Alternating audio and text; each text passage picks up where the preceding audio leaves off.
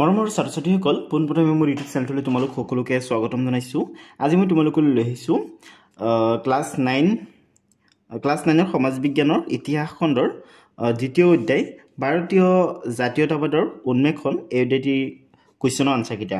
ঠিক আছে, তোমালোকে পাঠটো পঢ়িবা, পাঠটো পঢ়ি বুজি ল'বা, তেনেহ'লে পাঠৰ ভিতৰৰ পৰা যদি কোনো কুৱেশ্যন কাটে তেনেহ'লে সেইবিলাকৰ আনসাৰো লিখিব পাৰিবা।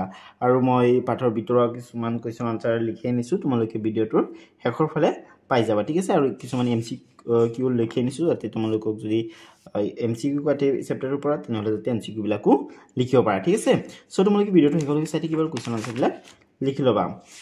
হেৰি হয়, পাঠটো অলপ দীঘল হয়, বাট তোমালোকৰ কাৰণে যিহেতু কুৱেশ্যন আনসাৰবিলাক একেবাৰে চমুকৈ লিখি আনিছোঁ, গতিকে ভিডিঅ'টো বেছি দীঘল নহ'ব। ঠিক আছে, চ' তোমালোকে শেষলৈকে চাই থাকিবা। তো ইয়াৰ পৰা আৰম্ভ হৈছে তোমালোকৰ অনুশীলনী। তো প্ৰথমে আমি অনুশীলনী দিয়া কুৱেশ্যন আনসাৰবিলাক আলোচনা কৰিম, তাৰপিছত পাঠৰ ভিতৰৰ পৰা কুৱেশ্যন আনসাৰ আলোচনা কৰিম, তাৰপিছত MCQ। ঠিক আছে, চ' তোমালোকে ভিডিঅ'টো আৰম্ভণিৰ পৰা একেবাৰে শেষলৈকে চাই থাকিবা। ছাত্ৰ-ছাত্ৰীসকল, তোমালোকক প্ৰথম কুৱেশ্যনটোত সুধিছে যে ভাৰতীয় জাতীয়তাবাদৰ উন্মেষণৰ প্ৰথম বা প্ৰধান কাৰকটো কি? সময় উল্লেখ কৰি লিখা। তো তোমালোকে ইয়াৰ উত্তৰত লিখিবা যে ভাৰতীয় জাতীয়তাবাদৰ উন্মেষণৰ প্ৰথম বা প্ৰধান কাৰকটো হ'ল পাশ্চাত্য শিক্ষাৰ প্ৰভাৱ। ইয়াৰ উন্মেষণৰ সময় হ'ল ঊনবিংশ শতাব্দীৰ পঞ্চম দশকত, অৰ্থাৎ 1857 খ্ৰীষ্টাব্দত। ঠিক আছে, তো এইদৰে তোমালোকে ধুনীয়াকৈ প্ৰথম কুৱেশ্যনটোৰ আনসাৰ লিখি ল'বা। ছাত্ৰ-ছাত্ৰীসকল, তোমালোকক 2 নম্বৰত সুধিছে আনন্দমঠ উপন্যাসৰ ৰচয়িতা কোন? তোমালোকে ইয়াৰ উত্তৰত লিখিবা বংকিমচন্দ্ৰ চট্টোপাধ্যায়। তাৰপিছত 3 তোমালোকক সুধিছে যে চাৰে জাহাজে আচ্ছা গীতৰ গীতিকাৰ কোন? তোমালোকে ইয়াৰ উত্তৰত লিখিবা মহম্মদ ইকবাল। ঠিক আছে, 4 নম্বৰত তোমালোকক সুধিছে যে ভাৰতত পোনপ্ৰথম ৰেল যাতায়াত কেতিয়া ক'ত সূচনা হৈছিল? তো ছাত্ৰ-ছাত্ৰীসকল, তোমালোকে ইয়াৰ উত্তৰত লিখিবা যে ভাৰতত পোনপ্ৰথম ৰেল যাতায়াত 1853 খ্ৰীষ্টাব্দত বোম্বাই আৰু থানেৰ মাজত সূচনা হৈছিল। ঠিক আছে, তোমালোকে ইয়াত বোম্বাইৰ জেগাত মুম্বাই বুলি লিখিব পাৰা বা বোম্বাই লিখিলেও হ'ব, কাৰণ আগতে মুম্বাইৰ নাম বোম্বাই আছিলে। ঠিক আছে, এতিয়া পাছত চোৱাচোন, পাছত তোমালোকক কি কৈছে? পাছত তোমালোকক দিছে যে ভাৰতত পোনপ্ৰথম টেলিগ্ৰাফ ব্যৱস্থা কেতিয়া ক'ত সূচনা হৈছিল। তো ভাৰতত পোনপ্ৰথম টেলিগ্ৰাফ ব্যৱস্থা ক'ত সূচনা হৈছিল আৰু কেতিয়া সূচনা হৈছিল লিখিব লাগে। তো তোমালোকে ইয়াৰ উত্তৰত লিখিবা যে ভাৰতত পোনপ্ৰথম টেলিগ্ৰাফ ব্যৱস্থা 1839 খ্ৰীষ্টাব্দত কলিকতা আৰু ডায়মণ্ড হাবৰাৰৰ মাজত বেচৰকাৰী খণ্ডত সূচনা হৈছিল। ঠিক আছে, তাৰপিছত 6 নম্বৰ তোমালোকক সুধিছে যে ভাৰতত পোনপ্ৰথম ছপাশাল কেতিয়া ক'ত স্থাপন হৈছিল। তো ভাৰতত পোনপ্ৰথম কেতিয়া আৰু ক'ত ছপাশাল স্থাপন হৈছিল তোমালোকক লিখিবলৈ দিছে।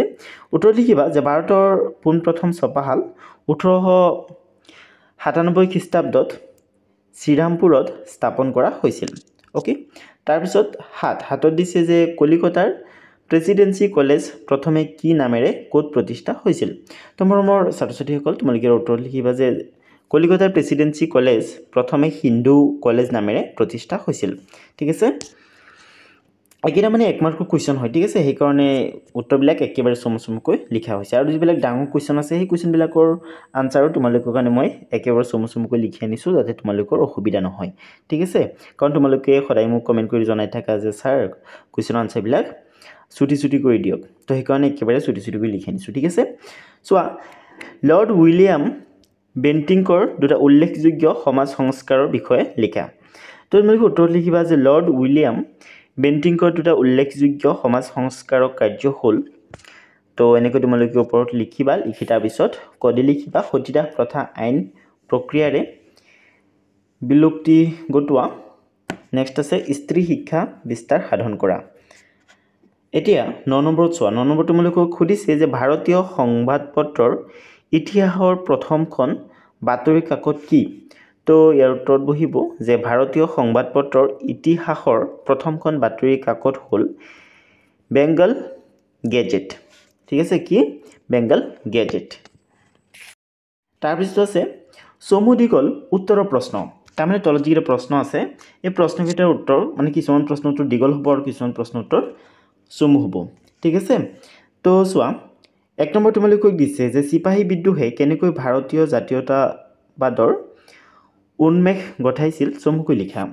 তো ছাত্ৰ-ছাত্ৰীসকল তোমালোকে কুৱেশ্যনটোৰ আনসাৰ এইটো লিখিবা যে 1857 খ্ৰীষ্টাব্দত চিপাহী বিদ্ৰোহ আছিল এক প্ৰকাৰৰ ৰাজনৈতিক মুক্তিৰ আন্দোলন। তাৰপিছত লিখিবা কাৰণ চিপাহী বিদ্ৰোহৰ যোগেদি বিদ্ৰোহীসকলে ইংৰাজ শাসন উফৰাই দেশখনত পুনৰ মোগল শাসকক সিংহাসনত বহুৱাবলৈ বিচাৰিছিল। বিদ্ৰোহৰ উদ্দেশ্য পূৰণ হোৱা নাছিল যদিও ইয়াৰ ফলাফল আছিল ভাৰতীয় জনগণৰ কাৰণে সুদূৰ প্ৰসাৰী। এক কথাত এই বিদ্ৰোহৰ পৰাই নতুন ৰূপত ভাৰতীয় জাতীয় জীৱন গঢ়ি উঠিছিল। ঠিক আছে ছাত্ৰ-ছাত্ৰীসকল, এইদৰে ধুনীয়াকৈ তোমালোকে লিখিবা। তাৰপিছৰ কুৱেশ্যনটো হৈছে যে উদৰ প্ৰেৰণ পত্ৰৰ মূল উদ্দেশ্য কি আছিল লিখা। তো তোমালোকে এইদৰে লিখিবা যে উদৰ প্ৰেৰণ পত্ৰৰ মূল উদ্দেশ্যসমূহ হ'ল এক দি লিখিবা বা ক দি লিখিবা। তোমালোকে এইটো কুৱেশ্যন আনসাৰ অলপ দীঘল হ'ব, তোমালোকে ধৈৰ্য ধৰি লিখিব লাগিব।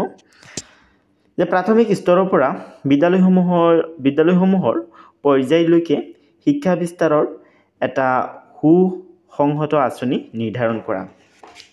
তাৰপিছত আছে খত আছে যে নিম্ন পৰ্যায়ত দেশীয় ভাষাৰে আৰু উচ্চ পৰ্যায়ত ইংৰাজী ভাষাৰে শিক্ষা প্ৰদান নিৰ্দেশনা প্ৰদান কৰি ভাৰতবৰ্ষত আধুনিক শিক্ষাৰ ভেটি তৈয়াৰ কৰিছিল।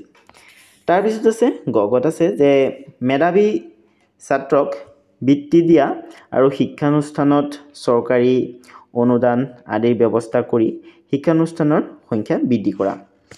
নেক্সট আছে তাৰমানে তোমালোকে গদি লিখিবা যে প্ৰতিখন দেশতে শিক্ষা বিভাগ খুলিবলৈ পৰামৰ্শ দিয়া। ঠিক আছে ছাত্ৰ-ছাত্ৰীসকল, এইটো ধুনীয়াকৈ তোমালোকে হেৰি কৰিবা লিখিবা। তাৰপিছত এতিয়া 3 চোৱাচোন। 3 নম্বৰ কুৱেশ্যনটোত তোমালোকক দিছে যে ভাৰতীয় জাতীয় জাগৰণ গঢ়ি তোলাত মুখ্য ভূমিকা লোৱা 6টা কাৰকৰ বিষয়ে লিখা। ঠিক আছে, তো তোমালোকে উত্তৰ দি লিখিবা যে ভাৰতীয় জাতীয় জাগৰণ গঢ়ি তোলাত মুখ্য ভূমিকা লোৱা 6টা কাৰক হ'ল। তোমালোকে ক দি লিখিবা যে ভাৰতীয় জাতীয় জাগৰণ গঢ়ি তোলাত পাশ্চাত্য শিক্ষাৰ যথেষ্ট প্ৰভাৱ পৰিছিল। কলিকতাত গঢ়ি উঠা শিক্ষিত সমাজখনৰ পৰাই প্ৰথম জাতীয় চেতনাৰ বিকাশ ঘটিছিল। ঈশ্বৰচন্দ্ৰ গুপ্তই পোনপ্ৰথমে স্বদেশ প্ৰেমৰ কবিতা ৰচি দেশবাসীৰ অন্তৰত দেশ প্ৰেম জগাই তুলিছিল। ঠিক আছে, এইটো লিখিবা। তাৰপিছত তোমালোকে খ দি লিখিবা, তাৰমানে উত্তৰটো অলপ দীঘল হ'ব। ঠিক আছে, এইটো কুৱেশ্যন আনসাৰ পৰীক্ষাত লিখিব পাৰিলে কমে তোমালোকে 5 মাৰ্ক এটা পাবা। ঠিক আছে, 5 মাৰ্কৰ কাৰণে কুৱেশ্যনটো দিব। অ'কে, নেক্সট চোৱা খ দি লিখিবা যে কোম্পানীৰ শাসন আৰম্ভ হোৱাৰ লগে লগে, মানে ইষ্ট ইণ্ডিয়া কোম্পানীৰ কথা কৈছে। ঠিক আছে, কোম্পানীৰ শাসন আৰম্ভ হোৱাৰ লগে লগে ভাৰতৰ আভ্যন্তৰীণ যাতায়াত ব্যৱস্থাৰ আমূল পৰিৱৰ্তন সাধন হয়।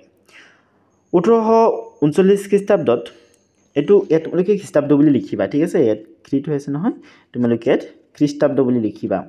অ'কে, স্পেলিংটো ইয়াত মিষ্টেক হৈ আছে, বাট যেই নহওক তোমালোকে শুধৰাই ল'বা। খ্ৰীষ্টাব্দ শব্দটো তোমালোকে পাই যাবা, মই পাৰিলে স্ক্ৰীণত দিম ভিডিঅ'টো এডিট কৰোঁতে। ঠিক আছে, তো তোমালোকে লিখিবা যে 1839 খ্ৰীষ্টাব্দত কলিকতাৰ পৰা দিল্লীলৈ গ্ৰেণ্ড ট্ৰাংক ৰোড নিৰ্মাণ কৰি ব্ৰিটিছসকলে ভাৰতত স্থলপথৰ আমূল পৰিৱৰ্তন সাধন হৈছিল।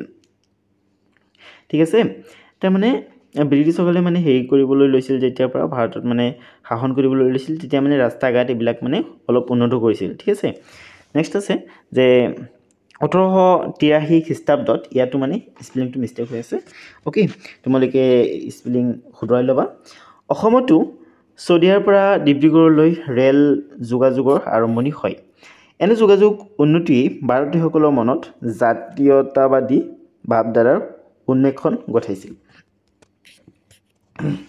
তাৰপিছত তোমালোকে লিখিবা যে বংগদেশৰ প্ৰখ্যাত মনীষী ৰাজা ৰামমোহন ৰায়ে ভাৰতত নৱজাগৰণ ভাৱ গঢ়ি তুলিছিল। লৰ্ড উইলিয়াম বেণ্টিংকৰ সংস্কাৰকামী উদ্যোগৰ সহায়ত ৰাজা ৰামমোহন ৰায়ে ভাৰতত ভালেমান কুসংস্কাৰৰ অৱদান ঘটাইছিল। এয়ে আছিল আধুনিক ভাৰতৰ জন্মদাতা। ঠিক আছে ছাত্ৰ-ছাত্ৰীসকল, তাৰপিছত ঘদি তোমালোকে লিখিবা যে ৰামকৃষ্ণ মিছন, আৰ্য সমাজ, প্ৰাৰ্থনা সমাজ আদি সংস্থাসমূহে ভাৰতত জাতীয় জাগৰণ গঢ়ি তোলাত মুখ্য ভূমিকা লৈছিল। প্ৰাৰ্থনা সমাজে সংস্কাৰমুখী আন্দোলনৰ সৃষ্টি কৰিছিল। আনহাতে মিছন প্ৰতিষ্ঠাৰ দ্বাৰা স্বামী বিবেকানন্দই ভাৰতীয়ৰ মনত স্বদেশ প্ৰেম, আত্মবিশ্বাস আৰু আধ্যাত্মিকতাৰ ভাৱৰ বিকাশ ঘটাইছিল। তাৰপিছত উংগতি তোমালোকে লিখিবা যে 1885 খ্ৰীষ্টাব্দত ভাৰতীয় জাতীয় কংগ্ৰেছৰ জন্মৰ লগে লগে ভাৰতীয় জাতীয়তাবাদে এক বাস্তৱ ৰূপ পৰিগ্ৰহণ কৰিছিল। তাৰপিছত প্ৰথম ছদি লিখিবা যে ভাৰতীয় জাতীয় জাগৰণ গঢ়ি তোলাত বাতৰি কাকতৰ ভূমিকা অতি গুৰুত্বপূৰ্ণ। আঞ্চলিক ভাষাৰ সংবাদপত্ৰই ভাৰতৰ নৱজাগৰণ তথা জাতীয়তাবাদ গঢ়ি তোলাত বিশেষ অৰিহণা যোগাইছিল। দেশীয় ভাষাৰ কাকতসমূহে সাম্ৰাজ্যবাদী শাসকৰ কাম কাজবোৰৰ ওপৰত কঠোৰ সমালোচনা কৰি ভাৰতীয়ৰ মনত ইংৰাজৰ বিৰুদ্ধে জনমত গঢ়ি তুলিছিল। ঠিক আছে। তাৰপিছত আছে চাৰি তোমালোকে লিখিবা যে ভাৰতীয় জাতীয় জাগৰণ গঢ়ি তোলাত পাশ্চাত্য শিক্ষাৰ 4টা প্ৰভাৱৰ বিষয়ে লিখা।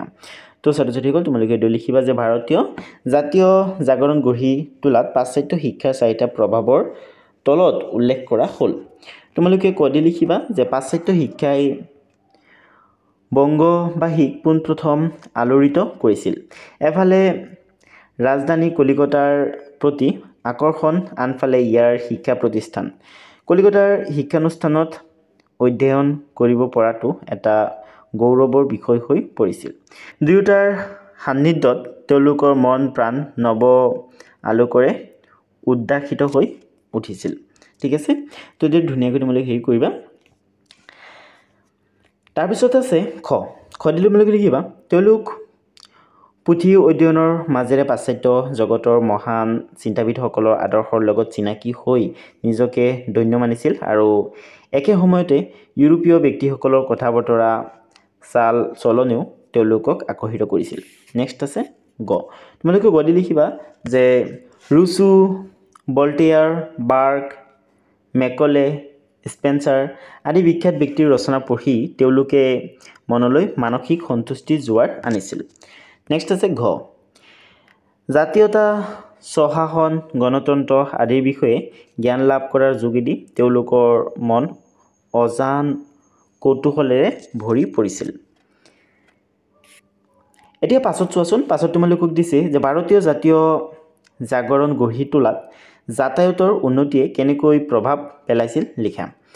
তো তোমালোকে উত্তৰটো এইটো লিখিবা যে কোম্পানীৰ শাসন আৰম্ভ হোৱাৰ লগে লগে ভাৰতৰ আভ্যন্তৰীণ যাতায়াত ব্যৱস্থাৰ আমূল পৰিৱৰ্তন সাধন হয়। 1839 খ্ৰীষ্টাব্দত কলিকতাৰ পৰা দিল্লীলৈ গ্ৰেণ্ড ট্ৰাংক ৰোড নিৰ্মাণ কৰি ব্ৰিটিছসকলে ভাৰতত স্থলপথৰ আমূল পৰিৱৰ্তন সাধিছিল। 1853 খ্ৰীষ্টাব্দত বোম্বাই আৰু থানেৰ মাজত 21 কিলোমিটাৰ পথত ৰেল চলাচলেৰে ভাৰতবৰ্ষত প্ৰথম ৰেল যাতায়াত ব্যৱস্থাৰ সূচনা হয়। 1883 খ্ৰীষ্টাব্দত অসমতো চৌধিয়াৰ পৰা ডিব্ৰুগড়লৈকে ৰেল যোগাযোগৰ আৰম্ভ হয়। এনে যোগাযোগৰ উন্নতিয়েই ভাৰতীয়সকলৰ মনৰ দিগন্ত প্ৰসাৰ কৰিছিল, যিয়ে জাতীয়তাবাদী ভাৱধাৰাৰো উন্মেষণ ঘটাইছিল। ঠিক আছে ছাত্ৰ ছাত্ৰীগণ। তো এইটো তোমালোকে ধুনীয়াকৈ লিখিবা আৰু তোমালোকে বাকী তোমালোকৰ সমাজ বিজ্ঞানৰ যিকেইটা খণ্ড আছে সেইকেইটাৰ খণ্ডৰ প্ৰথম ভিডিঅ'বিলাক চাবৰ কাৰণে মানে সেইবিলাক খণ্ডৰ প্ৰথম 2-3টা চেপ্টাৰৰ ভিডিঅ' বনাই মই চেনেলত আপলোড কৰি থৈ দিছোঁ আৰু বাকী পাঠৰ ভিডিঅ'বিলাকো বনাম। গতিকে তোমালোকে চেনেলটো যদি এতিয়ালৈকে ছাবস্ক্ৰাইব কৰা নাই চেনেলটো ছাবস্ক্ৰাইব কৰি লোৱা আৰু তোমালোকে মেথছৰ বা ছায়েন্সৰ ভিডিঅ' চাবৰ কাৰণে প্লেলিষ্টলৈ যাব পাৰা। প্লেলিষ্টত গ'লে ছায়েন্সৰ মেথছৰ ভিডিঅ' পাই যাবা। ঠিক আছে। এতিয়া চোৱাচোন তোমালোকক দিছে যে ভাৰতীয় জাতীয় জাগৰণ গঢ়ি তোলাত ৰাজা ৰামমোহন ৰায়ৰ অৱদানৰ বিষয়ে লিখা। তো তোমালোকে উত্তৰত এইটো লিখিবা যে ব্ৰাহ্ম সমাজ ৰাজা ৰামমোহন ৰায়ে প্ৰতিষ্ঠা কৰিছিল। ভাৰতবাসীৰ মাজলৈ জাতীয় জাগৰণ কঢ়িয়াই অনা প্ৰথমগৰাকী ব্যক্তিৰ নামে হৈছে ৰাজা ৰামমোহন ৰায়। তেখেতক আধুনিক ভাৰতৰ জন্মদাতা বুলি অভিহিত কৰা হয়। ৰাজা ৰামমোহন ৰায়ে হিন্দু ধৰ্মৰ সংস্কাৰৰ মাজতে আবদ্ধ নাথাকি সমাজ সংস্কাৰ আৰু শিক্ষা বিস্তাৰতো সমানেই গুৰুত্ব দিছিল। তেওঁ বাল্যবিবাহ, পৰ্দা প্ৰথা, বহুবিবাহ আদিৰ তীব্ৰ বিৰোধিতা কৰিছিল। 1833 খ্ৰীষ্টাব্দত তেওঁ ব্ৰিটিছ হাউচ অৱ কনফাৰেন্সত বাছনি কমিটিৰ সভাত ভাৰতীয়ৰ হকে সাক্ষ্য দিবলৈ লণ্ডনত উপস্থিত হৈছিল। ঠিক আছে, ছাত্ৰ-ছাত্ৰী গ'ল এইটো লিখিবা। তাৰপিছত আছে হাতত তোমালোকক দিছে যে ভাৰতীয় জাতীয় জাগৰণ গঢ়ি তোলাত দয়ানন্দ সৰস্বতীৰ অৱদানৰ বিষয়ে লিখা। ঠিক আছে, তো তোমালোকে উত্তৰ লিখিবা যে সংস্কৃত বিদগ্ধ পণ্ডিত স্বামী দয়ানন্দ সৰস্বতীয়ে পাঞ্জাৱত আৰ্য সমাজ প্ৰতিষ্ঠা কৰিছিল। ব্ৰাহ্ম সমাজৰ দৰে আৰ্য সমাজেও এক ঈশ্বৰক বিশ্বাস কৰি দেৱ দেৱীৰ উপাসনা আৰু মূৰ্তি পূজাৰ আহাৰতা জনগণৰ মাজত প্ৰচাৰ কৰিছিল। হিন্দু সমাজৰ বাল্য বিবাহ, জাতিভেদ, বহুবিবাহ, স্ত্ৰী শিক্ষা বিস্তাৰৰ বাবে আগভাগ লৈছিল। আৰ্য সমাজে সমুদ্ৰ যাত্ৰাত সমৰ্থন জনাইছিল আৰু সকলোবিলাক অন্ধবিশ্বাস পৰিহাৰ কৰিবলৈ প্ৰচাৰ চলাইছিল। ঠিক আছে ছাত্ৰ-ছাত্ৰীগণ, নেক্সট আছে 8 তোমালোকক দিছে ভাৰতীয় জাতীয় জাগৰণ গঢ়ি তোলাত কেশৱ চন্দ্ৰ সেনৰ অৱদানৰ বিষয়ে লিখা। তো তোমালোকে ইয়াৰ উত্তৰটো এতিয়া লিখিবা যে ভাৰতীয় জাতীয় জাগৰণ গঢ়ি তোলাত কেশৱ চন্দ্ৰ সেনৰ অৱদান উল্লেখনীয়। কেশৱ চন্দ্ৰ সেনে ব্ৰাহ্ম সমাজৰ আৰ্হিত মহাৰাষ্ট্ৰত 1867 খ্ৰীষ্টাব্দত প্ৰাৰ্থনা সমাজ প্ৰতিষ্ঠাৰ সংস্কাৰ আন্দোলনৰ সূচনা কৰিছিল। এতিয়া কুৱেশ্যন 9ত চোৱা। 9ত তোমালোকক দিছে যে ভাৰতীয় জাতীয় জাগৰণ গঢ়ি তোলাত ৰামকৃষ্ণ পৰমহংসৰ অৱদানৰ বিষয়ে লিখা। তো তোমালোকে এখেতৰ বিষয়ে লিখিবা যে ৰামকৃষ্ণ পৰমহংসৰ মতবাদক কেন্দ্ৰ কৰি ৰামকৃষ্ণ মিছন গঢ়ি উঠিছিল। ৰামকৃষ্ণ পৰমহংস এগৰাকী সহজ সৰল ব্যক্তি আছিল। অতি সুন্দৰ উপমাৰে তেওঁ ধৰ্মৰ বিশ্লেষণ আগবঢ়াইছিল আৰু অনুগামীসকলক মুগ্ধ কৰিব পাৰিছিল। ৰামকৃষ্ণ মিছন প্ৰতিষ্ঠাপক আছিল স্বামী বিবেকানন্দ। কলিকতা বিশ্ববিদ্যালয়ৰ কৃতি ছাত্ৰ বিবেকানন্দই ৰামকৃষ্ণ পৰমহংসৰ প্ৰতি আকৰ্ষিত হৈ তেওঁৰ শিষ্যত্ব গ্ৰহণ কৰিছিল। গুৰুৰ মৃত্যুৰ পিছত তেওঁ 1887 খ্ৰীষ্টাব্দত এটা মঠ প্ৰতিষ্ঠা কৰিছিল। ঠিক আছে, তো এতিয়া 10ত চোৱাচোন। 10ত তোমালোকক দিছে যে ভাৰতীয় জাতীয় জাগৰণ গঢ়ি তোলাত এনি বেচান্তৰ অৱদানৰ বিষয়ে লিখা। তো মৰমৰ ছাত্ৰ-ছাত্ৰীসকল, তোমালোকে ইয়াৰ উত্তৰটো এইটো লিখিবা যে 1875 খ্ৰীষ্টাব্দত আমেৰিকাৰ নিউয়ৰ্ক চহৰত এটা আন্তঃৰাষ্ট্ৰীয় অনুষ্ঠান প্ৰতিষ্ঠা কৰা হয়। এই অনুষ্ঠানটোৰ নাম থিঅ'ছফিকেল ছ'চাইটি। এনি বেচান্তে ভাৰতবৰ্ষক মাতৃভূমি হিচাপে আঁকোৱালি লৈছিল।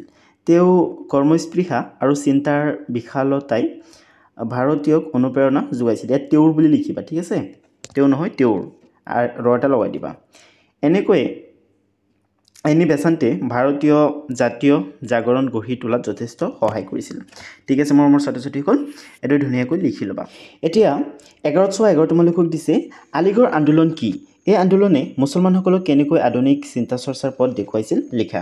তো ছাত্ৰ-ছাত্ৰীসকল, তোমালোকে ইয়াৰ উত্তৰ লিখিবা যে ভাৰতীয় মুছলমান সমাজক আলিগড় শিক্ষানুষ্ঠানৰ মাধ্যমেৰে আধুনিক শিক্ষাৰে শিক্ষিত কৰি তেওঁলোকৰ মাজত জাতীয়তাবাদী ভাৱ চিন্তাৰ সঞ্চাৰ কৰাটোকে আলিগড় আন্দোলন বুলি কোৱা হয়। মুছলমান সমাজক আধুনিক চিন্তা চৰ্চাৰে পুনৰুজ্জীৱিত কৰি তোলাৰ ক্ষেত্ৰত ছাৰ ছৈয়দ আহমদ খানৰ অৱদান উল্লেখযোগ্য। তেওঁ মুছলমান সম্প্ৰদায়ক পাশ্চাত্য শিক্ষাৰে শিক্ষিত কৰি তোলাৰ উদ্দেশ্যে 1868 খ্ৰীষ্টাব্দত জাগীপুৰত এখন ইংৰাজী আদৰ্শ বিদ্যালয় স্থাপন কৰে। তেওঁ Aligarh Mohammad Anglo Indian college প্ৰতিষ্ঠা কৰে। কম সময়ৰ ভিতৰতে অনুষ্ঠানটো পাশ্চাত্য সাহিত্য সংস্কৃতিৰ আধাৰত জ্ঞান চৰ্চাৰ এটা অন্যতম কেন্দ্ৰত পৰিণত হৈ পৰে। 1920 খ্ৰীষ্টাব্দত কলেজখন আলিগড় মুছলিম বিশ্ববিদ্যালয়ত পৰিণত হৈছিল। ঠিক আছে ছাত্ৰ-ছাত্ৰীগণ, তো তোমালোকে ধুনীয়াকৈ হেৰি কৰিব লিখিবা। নেক্সট আছে 12 তোমালোকক দিছে কাকতৰ জন্মই কেনেকৈ ভাৰতীয়সকলৰ মাজত জাতীয়তাবাদী চিন্তাৰ উদ্বেগ ঘটাইছিল বৰ্ণনা কৰা। তো ষ্টুডেণ্টছ, তোমালোকে উত্তৰ দি লিখিবা যে ইংৰাজী ভাষাৰ মাধ্যমত প্ৰকাশিত বাতৰি কাকতৰ যোগেদি ভাৰতবৰ্ষত সংবাদপত্ৰ ইতিহাসত জেমছ আগাষ্টাছ হিকিৰ দ্বাৰা প্ৰথমখন ইংৰাজী ভাষাত সংবাদপত্ৰ বেংগল গেজেট প্ৰকাশ হোৱাৰ পৰা 3টা দশক জুৰি ইংৰাজসকলৰ দ্বাৰা প্ৰকাশিত ইংৰাজী ভাষাৰ সংবাদপত্ৰই প্ৰাধান্য লাভ কৰিছিল। আধুনিক শিক্ষাৰে শিক্ষিত ভাৰতীয়ই সংবাদপত্ৰৰ গুৰুত্ব উপলব্ধি কৰাৰ ফলস্বৰূপে 19শ শতিকাৰ দ্বিতীয় দশকৰ পৰা আঞ্চলিক ভাষাত বহুকেইখন কাকত প্ৰকাশ পাইছিল।